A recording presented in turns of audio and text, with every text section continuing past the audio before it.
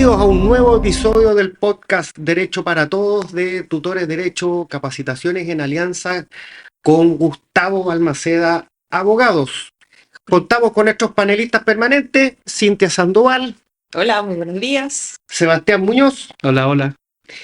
Hoy, y el que les habla, Gustavo Balmaceda. Vamos a discutir un tema que es de gran importancia para la práctica y para la infraestructura pública en Chile. La reciente aprobación por parte del MinViu de la construcción o acerca de la construcción para una nueva cárcel. Empecemos con el contexto. ¿Quién podría darnos un poquito de contexto para entender la importancia de la aprobación que hizo el MinViu para la construcción de una nueva cárcel? Acá el tema es la población penal, ¿ya?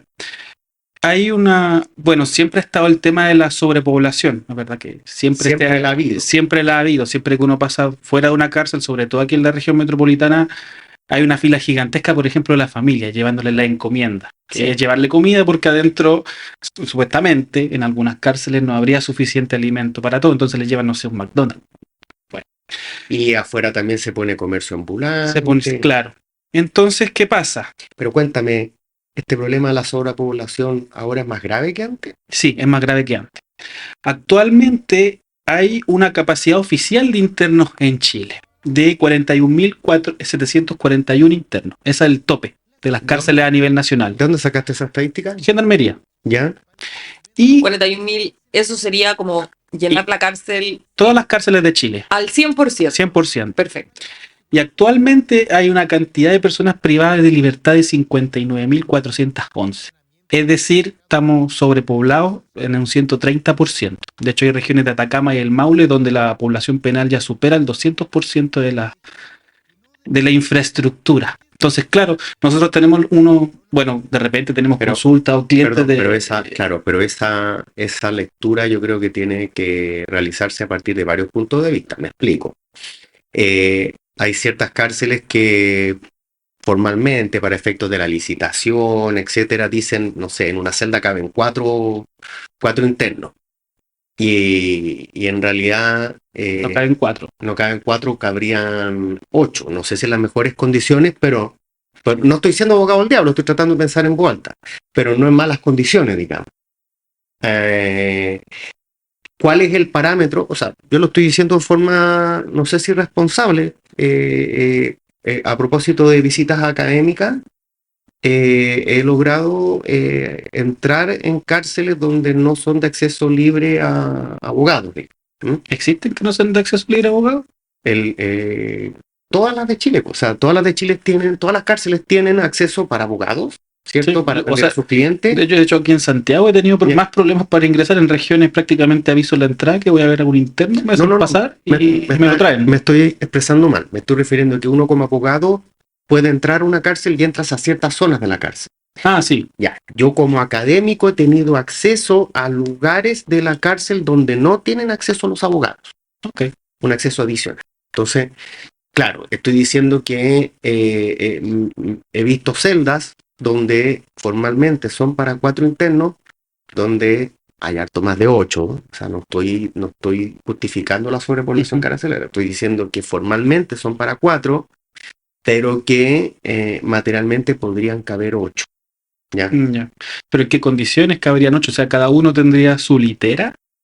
¿O...? Cada uno con su litera, sí, pero estoy hablando, oye, no se me entienda mal, no estoy justificando ni diciendo, no, la pregunta que me estoy haciendo es, cuando hablamos de un 130% de sobrepoblación carcelaria, ¿es bajo qué estándar? Te pongo un tema, sonó como el programa del Rumpi, no quise decir eso. Te pongo un tema, claro, distinto. Cambiaron las multas en las licitaciones. Antiguamente se pagaba una multa diaria, porque hablemos de las cárceles privadas, digamos, por tener este tema de la sobrepoblación, y se pagaba una multa de tanto cuando el porcentaje excedía diariamente de tal cantidad. Claramente el más beneficiado de eso era el privado que licitaba la cárcel, porque le pagaba mucho más. O sea, al privado le conviene tener esta sobrepoblación. Y ese estándar después cambió. Cambió precisamente por este problema de la sobrepoblación. Pero también esta cárcel nueva no va a ser simplemente una ampliación o otra cárcel más. Va a ser para organizaciones criminales y para personas investigadas por delitos violentos. ¿Y ya se sabe dónde va a estar ubicada esa? Alfred, porque es un tema, sí. El tema de dónde se ubican las cárceles y dónde se van a construir. Claro, nadie quiere tener una cárcel en la esquina de su casa. Exactamente. Va a ser al frente de la expenitenciaría de Santiago Ya. Sur. O sea, ¿Dónde está? dentro de la región metropolitana Sí, es un hecho. Sí, Ok. claro que sí. En la comuna de Santiago es un De hecho, precisamente la noticia que nos convocó era porque se necesitaba una autorización del mismo, porque el plano regulador ya no admitía más cárceles. Exacto. Entonces tuvieron que pedir una autorización y se les dio. O sea, va 100% a esta cárcel. Ya. Y claro, porque también el problema actual es que son organizaciones criminales las que han llegado y las que se han radicado. Es un hecho, es decir, también un caso del Tren de Aragua recién, que de acuerdo a lo que leí, mataron a uno de sus integrantes por incumplir sus reglas internas. No. Sí. Entonces, son cosas que antes aquí no se veían tanto. Y de hecho, hay una estadística también que demuestra que hay un mayor ingreso a establecimientos penitenciarios. En los últimos 2 años, la población penitenciaria aumentó en 15.000 personas. Es decir, nos pasamos antes estábamos dentro de la cifra oficial, claro que era cuestionable de acuerdo a lo que dice Gustavo, y ahora ya nos pasamos derecha. Entonces ahí empezó esta incidencia de las nuevas cárceles, además que tenemos ejemplos aquí en Latinoamérica de que hay otro tipo de cárceles con otro régimen que al parecer funcionan. Lo que no sé. Yo no sé hasta qué punto tener a alguien en condiciones inhumanas puede servir. Tampoco lo voy a obligar a trabajar porque eso es esclavitud. Pero al parecer, no sé, funciona. No sé, ahí las dejo ahí. El cuestionamiento: ¿funcionará obligar a los internos a trabajar? Pero es que ahí ya habría que hacer una reforma completa al recinto penitenciario y a las formas que tú quieres de cumplimiento de condena, porque al final hoy día las cárceles son un recinto donde principalmente los reos van a reinsertarse, o sea, esa es como la finalidad o la teoría, ¿cierto? Que nos dice que la idea, ¿cierto? Es que este paso por la cárcel sea por un periodo de tiempo determinado, ¿cierto? Pero que tú puedas salir después al mundo exterior reinsertado, teniendo nuevas habilidades, puedes estudiar. Es todo un concepto que hay detrás de un establecimiento penitenciario. Entonces, el modificarlo como que, por ejemplo, que ellos preparen sus comidas, claro, que ellos, qué sé yo, trabajen en sus propias cosas y que se automantengan en el fondo, que ellos mantengan la cárcel y no sea como por inyección de externa, digamos, los beneficios económicos. También se tendría que modificar como el reglamento. Todo el reglamento y toda la ley, la normativa que existe alrededor de los establecimientos penitenciarios. No es llegar y decir, así como vamos a hacer una cárcel nueva y vamos a y ahora esta va a funcionar distinto. Es que ahí tocaste un punto bien importante. Yo creo que lo que estamos viendo es pan para hoy, hambre para mañana. O sea, sí. Lo que creo que hay que comenzar es con una reforma estructural de la orgánica de la legislación penitenciaria. No puede ser, es impresentable que no haya un juez con dedicación exclusiva para la ejecución de las penas. No puede ser. O sea, nosotros hemos tenido casos en la práctica de castigos penitenciarios que requieren de una aprobación previa del juez de garantía, y cuando se celebra la audiencia el cumplimiento del castigo ya se efectuó por parte de la autoridad administrativa dentro del recinto penitenciario. Y bueno, no estoy diciendo que es como mucha perdón por lo disperso, pero soy como soy, quéreme así. El tema de que con la nueva constitución íbamos a arreglar todos nuestros sueños, todas nuestras penurias, y eso a la experiencia comparada sabemos que es una gran mentira. Tampoco creo que con la nueva legislación vamos a arreglar de cero todos los problemas penitenciarios, pero hay que partir de algo, y ese algo es que la legislación de base está mal, porque es anacrónica. Tú decías que en Chile no se veía tanta criminalidad violenta con anterioridad. Por supuesto que no se veía, y no quiero decir que la culpa de esto la tiene la inmigración. Yo creo que es es un comentario injusto, es un ingrediente más naturalmente. ¿Por qué lo estoy diciendo así? Porque si tú revisas las estadísticas comparadas, la criminalidad violenta ha aumentado en todo el mundo. No solo en Chile, ha aumentado en todo el mundo. Quiero poner un ejemplo paradigmático. La princesa de Holanda, ¿ya?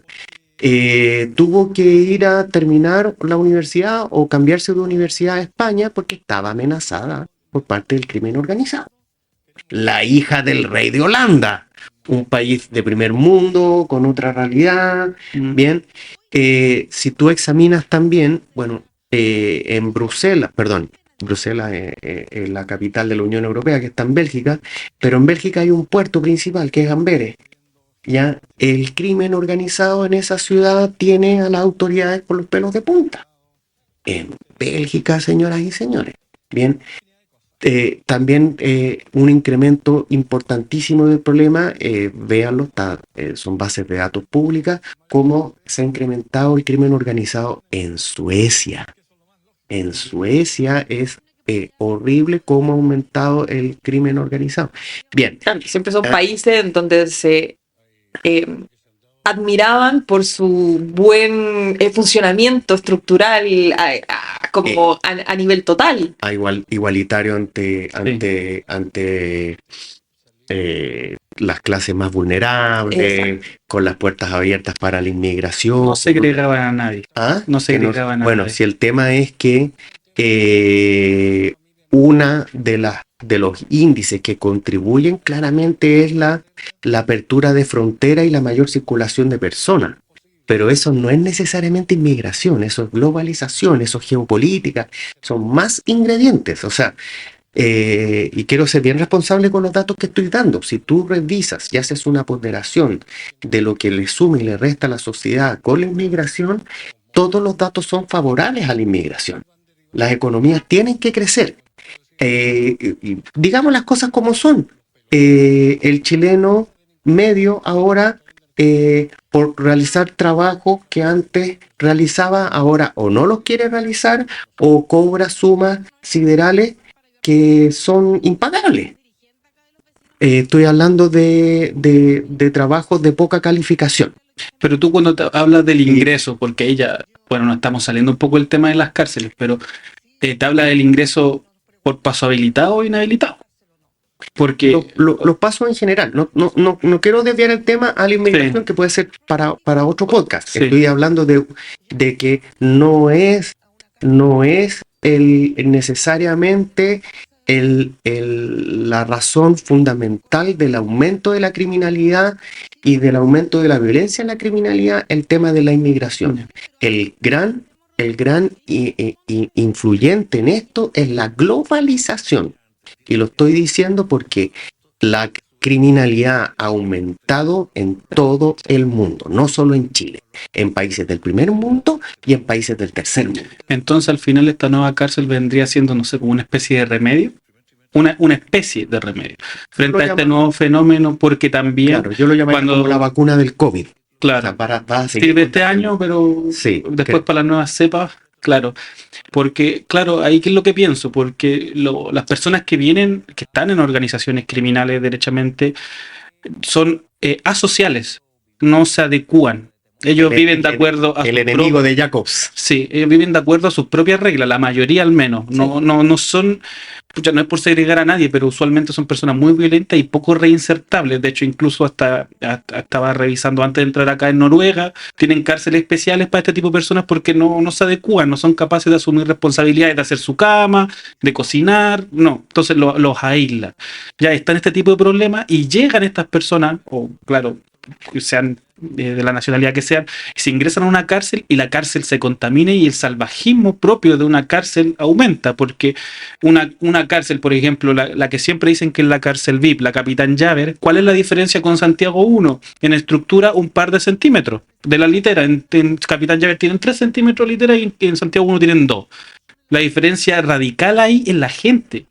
En Capitán Llaver tú podís salir al patio y nadie te va a apuñalar. No van a haber tipos con estoque, no van a haber perros casi les llaman, caminando, haciendo territorio. Tú salís, te sentás en el sofá y te ponías a conversar con alguien para matar la mañana. En Santiago no, tú salís y, bueno, depende mucho del módulo en el que estés, pero tienes que estar con mucho cuidado, tienes que saber a quién hacerle caso, a quién no, cuándo poner límite, y son reglas que tienes que ir aprendiendo en el camino, porque si no hasta te podés morir. Una analogía para fundamentar ese argumento: un recital de 50.000 personas de heavy metal no es lo mismo de un recital de 50.000 personas de reggaetón. En términos de... ¿Estás segregando algo? ¿Estoy segregando? No, no estoy segregando. Estoy hablando de datos objetivos. Hace poco fue el recital de Iron Maiden, donde hubo más de 50.000 personas y no hubo ninguna noticia grave acerca de criminalidad. De una balacera. Ya. Un recital similar el año pasado de un famoso reggaetonero con una cantidad similar de personas. Hubo grandes índices de criminalidad. Y te pongo otro ejemplo. Hubo, no sé si 2 o 3 recitales de Coldplay, donde cada día, eso fue hace como 2 o 3 años, donde cada día había 80.000 a 90.000 personas, multiplica por 3, 250.000 personas, sin índice importantes de criminalidad. Salvo que se haya robado las pulseritas. O las flores del pelo. O las flores del pelo. Claro, pero no se agarran a balazo. Pero ¿de qué estoy hablando yo de esto? Oye, que me perdone el reggaetonero buena onda que esté viendo el podcast, pero no estoy diciendo que los reggaetoneros soy delincuentes, estoy hablando de datos objetivos. ¿Ya? ¿Qué es lo que estoy queriendo decir con eso? A propósito de lo que tú estás diciendo. Si el problema no es de segregación dentro del establecimiento penitenciario. Es por la clase de interno, por su índice de peligrosidad criminal. Oye, si viste la noticia, perdona, de Concepción, creo que fue la semana pasada, que encontraron a una persona decapitada. Había otro que estaba junto con... Es lamentable, pero yo de verdad que esto... Es fuerte. Hace, no sé, 10 años atrás... No pasaba, o al menos no era noticia, siento que siempre las noticias estuvieron estadísticas siempre han sido muy aceptadas y consumidas por el oyente. Hoy día es sumamente común. Encuentran bolsas con gente decapitada, descuartizada, empiezan a... Eso también, ya. ¿Y cómo lo vamos a abordar respecto de esta nueva cárcel? Pues, ¿Cuál va a ser? ¿Va a ser una, ya está establecido que es una cárcel para el crimen organizado? ¿Y cómo va a funcionar? ¿Todavía no hay luces de...? No, al menos no. Solamente está determinado que va a ser únicamente crimen organizado. Y claro, ahí quería alcanzar ese punto de que eventualmente, depende de la capacidad también de personas que tengan, no lo sé, todavía no sé, yo busqué y no encontré la cifra exacta, pero claro, si separáis un poco a esta gente del crimen organizado de los otros tipos de crímenes que llega, por ejemplo, a Santiago 1, que pueden ser violentos o no, pero no tanto, quizás sirva un poco para el ambiente, que no sea tan salvaje adentro. Porque estas personas viven adentro como viven afuera. Si tú hablas con cualquier interno, adentro se venden de todo, hay teléfono. Y yo creo que ahí, respecto a un punto que dijiste, Gustavo, hace rato, con las cantidades declaradas para las licitaciones, yo creo que ahí la variable es cuántos gendarmes tenéis por institución. Sí. ¿Cómo los controláis? Entonces, claro, ellos declaran lo que se puede controlar de acuerdo al número de personas que tienen ahí. Y ahí también entramos a otro punto. Este año yo fui 2 veces a la cárcel, varias veces, pero en 2 ocasiones no pude entrar porque había una huelga de gendarmería. Y no te dejan entrar. Precisamente porque no tienen infraestructura, en Santiago 1 al menos, para los internos, no pueden, no dan abasto. No, pues no dan abasto. Que te dejaran entrar si sé que están en huelga los que van a resguardar mi seguridad. Obviamente. Yo tampoco entraría. Es raro que le hagan algo a algún abogado. Es raro que le hagan algo a algún abogado. ¿Es experimentar? No experimentaría, pero... No, ¿cierto? Bueno, lo que he sabido es cuando le pasa algo a algún colega, lamentable obviamente, es porque le mintió al cliente, porque el cliente era una persona muy peligrosa. Sí, pues ¿cómo se te ocurre mentirle a ese cliente? Sí, o sea... Bueno, a ninguno, en verdad, pero... Sí, pues... Bueno, me quedó dando vuelta el tema que tú hablabas de que estos internos tienen códigos distintos, formas de ver la vida distintas. Y me acordé de una experiencia. Yo como profesor me toca viajar mucho y me acuerdo a un país que quiero mucho, que es Colombia. Fui a una comida donde había una profesora que era fiscal. Y me dice que ella era fiscal de delitos peligrosos. Imagínate una fiscal especializada en delitos peligrosos. En Colombia. En Colombia, un país que se encuentra en guerra hace más de 60 años, tienen una guerra interna. Y me decía ella que estaba especialmente consternada por una experiencia que tuvo con un miembro del Tren de Aragua. Esta comida fue hace más de un año. Y me decía que ella le había tocado tomarle una declaración a una persona que estaba siendo imputada por una serie de homicidios y uno de esos era de una guagüita de 2 años. Y hablando del tema de los códigos distintos, del desprecio ante la vida, imagínate una fiscal de esta naturaleza en cualquier país del mundo, en un país con muchos delitos violentos, que haya quedado consternada, y me dijo que ella en algún momento fuera de la declaración le pregunta al imputado que sí, no sé si la pregunta fue por qué mataba tanto o qué sentía cuando mataba. Y el tipo contesta, me sabe rico. Mato porque me sabe rico.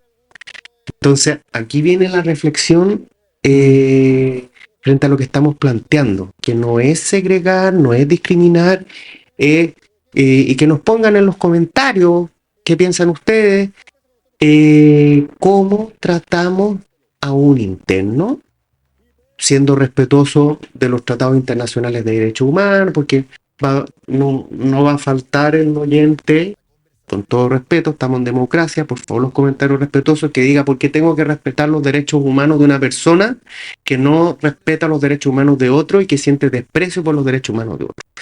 Pucha, la respuesta es porque por muy malo que tú seas, todos somos dignos. Y si no vamos a respetar la dignidad, alguno dirá por ahí, bueno, cuando te maten a tu hijo, tú vas a pensar distinto. Mira, separemos la opinión del profesor, del abogado, del profesional con las opiniones personales. Mis opiniones personales me las reservo para mí, porque son personales. Pero en un Estado de Derecho tenemos que buscar un equilibrio entre el respeto de la dignidad y el respeto de la seguridad. Y hoy en día creo que tenemos que replantearnos el tema de la seguridad, porque todos tenemos derecho a caminar y andar seguros por nuestra ciudad. Bien, pero eso no significa que tengamos que cortarle los testículos al violador, cortarle la mano al ladrón. Se me viene a la cabeza. Déjame terminar la idea, perdón. Dale. ¿Ya? Y yo creo que no es, y aquí me voy a ganar los comentarios de que sea, de replicar, según nuestra realidad, una cárcel tipo Bukele. Lo siento, o sea, no estoy de acuerdo en tratarlos como animales, de que tengan estos juicios masivos, no estoy de acuerdo con eso. Pero sí de que tengamos un recinto que objetivamente cumpla con los estándares de respetar su dignidad, que reciban sus comidas, atención médica, que no estén hacinados, etcétera, pero con ciertas limitaciones a sus derechos fundamentales que no tienen los otros reos. Me estoy refiriendo a comunicaciones con el exterior, el ingreso de visitas, etcétera, porque es un hecho objetivo. A estos internos les ingresan celulares, les ingresan drogas, les ingresan implementos para que sigan cometiendo sus crímenes dentro de las cárceles. Espérate, y ahí tú dices, cortar el ingreso de visitas, por ejemplo, sería una forma de mitigación. No cortarlo. ¿O cómo no cortarlo. regularizarlo, limitarlo? Ese es el sistema noruego, mijo, que funciona en base a premio, o ellos no le quieren llamar castigo, pero es castigo. El premio máximo es estar digamos, en tu espacio, con televisión, sillón, cama. Mientras tú cumplas con tus responsabilidades, trabajes adentro, estudies, todo va a estar bien, limpie, etc. Si dejas de hacer caso, se te empieza a limitar de a poquito.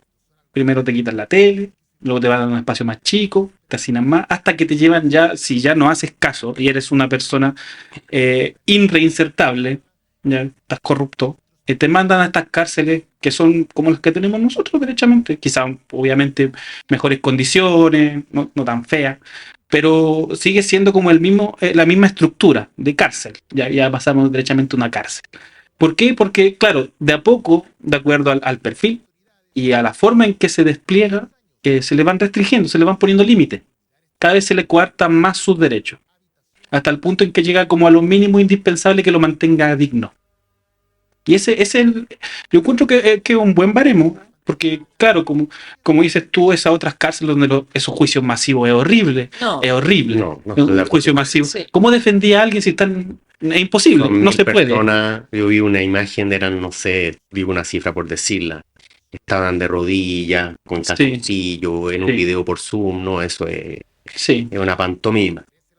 Y lo segundo que se me vino a la cabeza respecto a esta misma situación es algo que planteaba como el padre, no sé si padre de la reinserción social, que es Paul List, que es él establecía 4 categorías muy ligadas con esto. Uh-huh. Que esas categorías eran, por ejemplo, el tipo de persona que con un simple llamado a atención dejaba su camino delictual, si es que no, había que reeducarlo, y había el último punto, que es la persona como inarreglable. Y a él, ¿qué había que hacer? El incorregible. Incorregible, esa no la he encontrado. ¿Y qué había que hacer con el incorregible? Inocuizarlo. Lo aíslas, te lo llevan lejos. Y yo creo que finalmente eso es lo que se quiere hacer con esta nueva... Sí, separarlo. Ya, y esa... Yo aquí estoy pensando, ya, se va a crear una nueva cárcel para este tipo especializado de reos, ¿cierto? De personas que van a cumplir ahí en ese establecimiento penitenciario. El impacto respecto de la seguridad, de la rehabilitación o del sistema penitenciario en general, ¿se va a ver beneficiado? Yo creo que de antemano igual el resto de la población penal. ¿Por qué? Porque no es que se vaya a crear esta nueva cárcel y se vayan a empezar a llenar desde ahí como los cupos, ¿ya? De estas personas, sino que vas a poder hacer una especie de limpieza respecto de las otras cárceles que están dentro, por ejemplo, de la región metropolitana, que están condenados por este tipo de... O en prisión preventiva.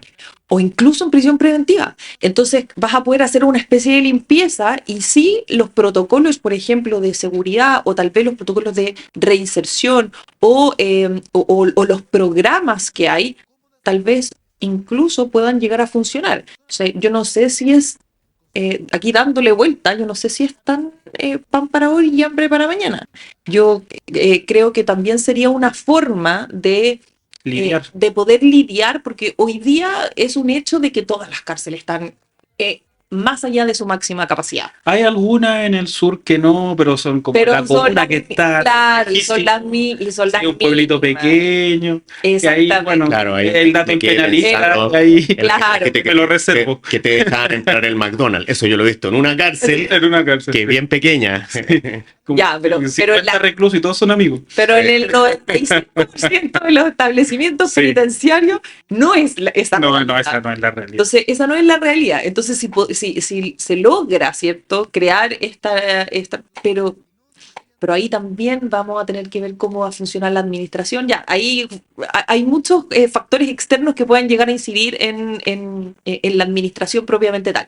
Pero yo no creo que sea hambre para hoy, o sea, pan para hoy y hambre para mañana, si es que se logra hacer una limpieza de estas personas realmente conflictivas o los incorregibles, para poder entregar una mejor atención y mejor rehabilitación y reinserción o poder establecer los mejores programas para que la gente salga y no vuelva a ingresarse. Al final es eso. No puedes estar dentro de una cárcel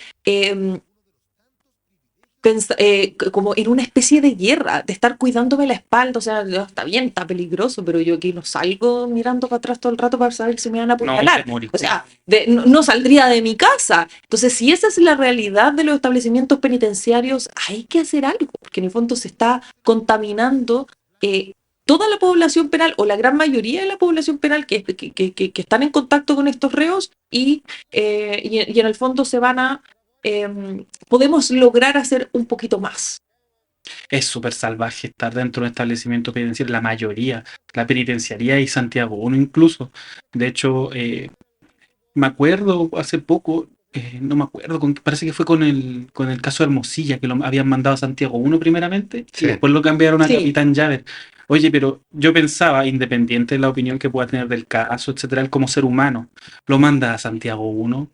Lo tuvieron que tener en un lugar especial, parece que no lo pudieron meter a ningún módulo. No iba a durar nada. Ahí, si de hecho uno ya hablando con distintos internos, porque, bueno, son los pacientes, te cuentan que dentro hay como internos que se dedican a asumir delitos, porque están condenados de forma perpetua. Claro. Entonces, claro, tú tienes sangre en el ojo a otro, te deshaces de él, o mandas a alguien a deshacerte de él y que se eche la culpa, porque no siempre va a haber un gendarme mirando, son pocos, no hay capacidad para que, no hay nada, las cámaras la rompen al tiro, no hay posibilidad, y aparece el que está condenado de forma perpetua, no, yo me echo la culpa, cuánto le pagan 10, 20 millones de pesos, se los da a su familia, listo, para él el negocio redondo. Claro. Entonces, claro, tenía Santiago 1 así, Sí.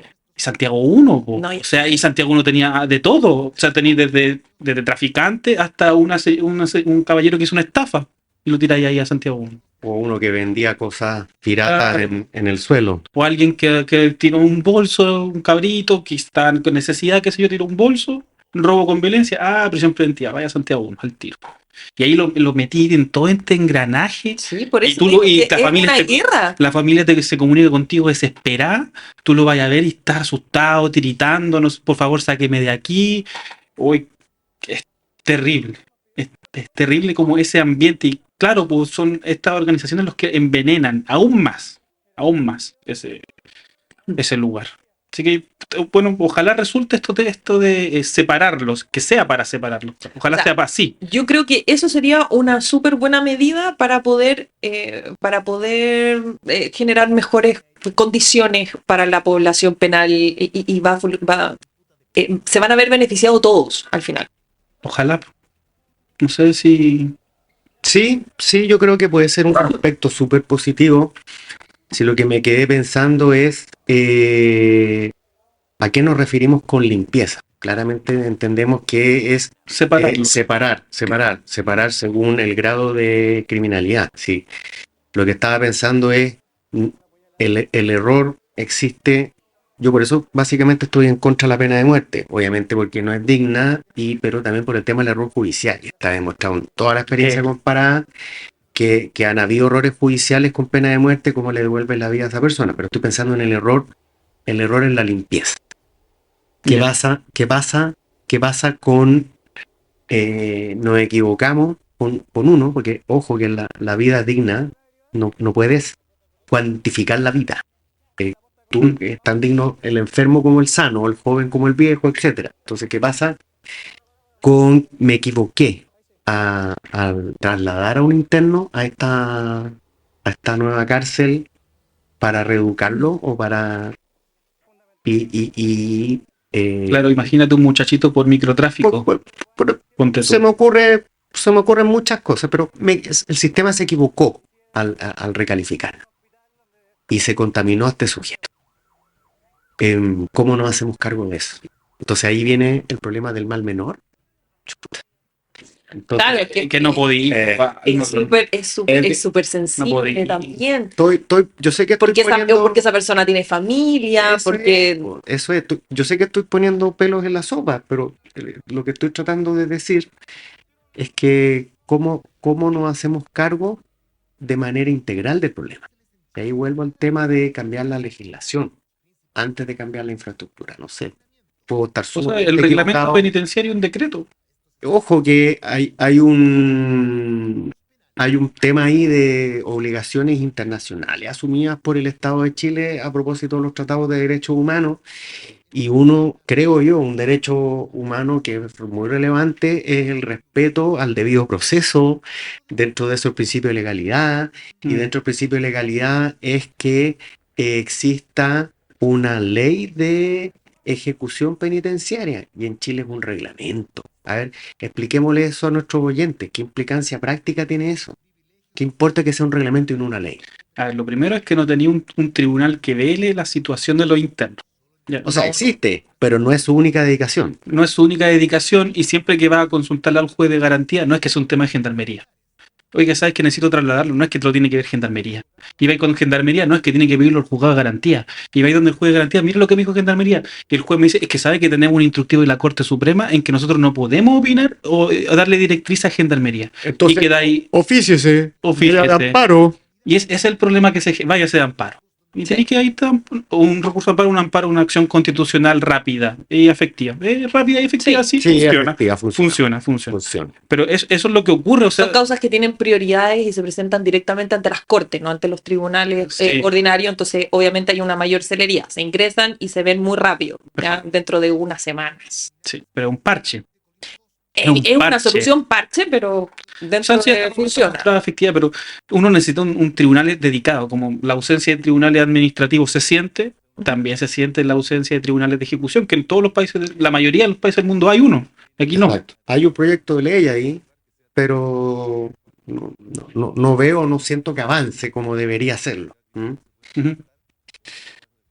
Esa es mi gran preocupación, el tema del cambio estructural en cuanto a la legislación, y ahí yo me metería en la infraestructura, o si quieres de manera paralela, porque creando nuevas y más cárceles sin una legislación adecuada, ahí viene mi tema de pan para hoy, hambre para mañana. No, claro, sí, siempre va a ir. Ahora, por lo menos lo que yo tengo entendido es que es solo una, no es que haya un proyecto para... Es solo una. Que vayan a... Claro, que vayan Santiago como mucho más, sino que es prácticamente una especie de un módulo nuevo, más grande, pero finalmente es como eso. Sí. Bueno. Así que, pero igualmente vamos a tener la falencia de que no existe o sea, de que ya desde la base no funciona de manera correcta. Entonces, ¿por dónde empezamos? Pero ya se empezó por algo. Se empezó por algo. Yo creo que no va a faltar ahí el oyente que pueda ahí presentar o instar ahí a un proyecto. Un comentario muy relevante. Claro.